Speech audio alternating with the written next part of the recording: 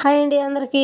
ఇక్కడ మనం చింతకాయ పచ్చడి చేసుకుందాం. చింతకాయ పచ్చడికి కావాల్సినవి ముందు స్టవ్ వెలిగించి కడాయి పెట్టుకొని 4 స్పూన్లు ఆయిల్ వేసుకొని దానిలో ఆయిల్ వేడెక్కనిచ్చి 4 స్పూన్లు ధనియాలు వేసుకోవాలి. అవి కొద్దిగా వేగిన తర్వాత మళ్ళీ 2 స్పూన్లు జీలకర్ర వేసుకోవాలి. 2 స్పూన్లు జీలకర్ర వేసుకొని అవి కూడా కొద్దిగా కలర్ చేంజ్ అవ్వగానే మనం ముందుగా ఒలిసి పక్కన పెట్టుకుని ఎండుమిర్చి వేసుకోవాలి. ఎండుమిర్చి వేసుకొని అవి కూడా కొద్దిగా కలర్ మారేంతవరకు వేయించుకోవాలి. జీలకర్ర ధనియాలు ఎండుమిర్చి బాగా కలర్ చేంజ్ అయ్యేంత వరకు కలుపుకుంటూ తిప్పుకోవాలి. ఇక్కడ వచ్చేసి కొత్తిమీర పుదీనాకు కరివేపాకు ఈ 3 కూడా రెడీ చేసి పక్కన పెట్టుకోవాలి. ఇక్కడ ఎండుమిర్చిని మనము మంట పెట్టేసి మిరగాయలు వదిలేస్తే కారు లెగుస్తాయి, మాడిపోతాయి. అందుకని చెప్పి లో ఫ్లేమ్లో పెట్టుకొని కలుపుకుంటూ తిప్పుకోవాలి. అప్పుడే కలుపుకుంటూ ఉంటే ఎండుమిర్చి అనేవి మాడకుండా ఉంటాయి, కారు రాకుండా ఉంటుంది. మనం దగ్గరుండి వేయించుకోవాలి. దోరగా వచ్చిందాక ఎండుమిర్చిని బాగా వేయించుకోవాలి. బాగా వేయించుకొని ఇక్కడ మనం ముందుగా తీసి పెట్టుకున్నాం కదా కొత్తిమీర పుదీనాకు కరివేపాకు అవి 3 వేసేసుకోవాలి.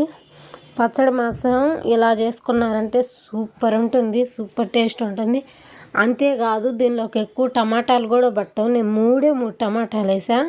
అసలు మంట అనేది లేదు. ఎక్కువ ఘాటుగా కావాలనుకునే వాళ్ళకి ఇంకా మిరగాయలు వేసుకొని ఇదే లెక్కన చేసుకుంటే ఇంకా 4 మిరగాయలు వేసుకుంటేనే మంట అనేది ఇష్టంగా తినడానికి సరిపోతుంది. మంట తక్కువ తినే వాళ్ళకైతే సరిపోద్ది ఇది.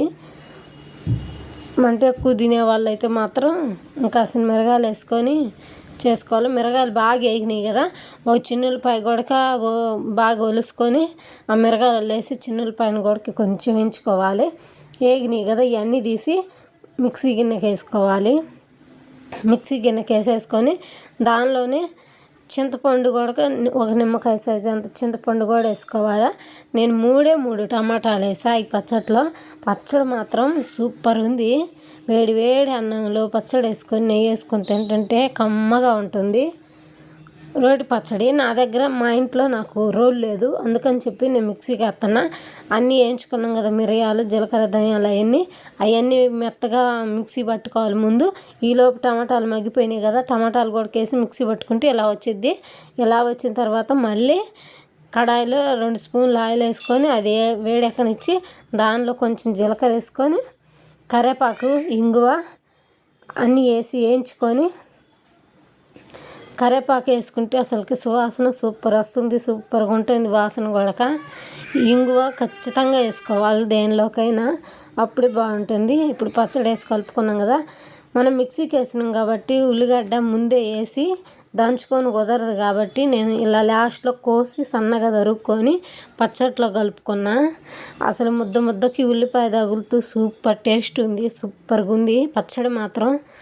వేడి వేడి అన్నంలో పచ్చడి వేసుకొని నెయ్యి వేసుకొని తింటుంటే తినే కొద్దీ తినాలనిపిస్తుంది.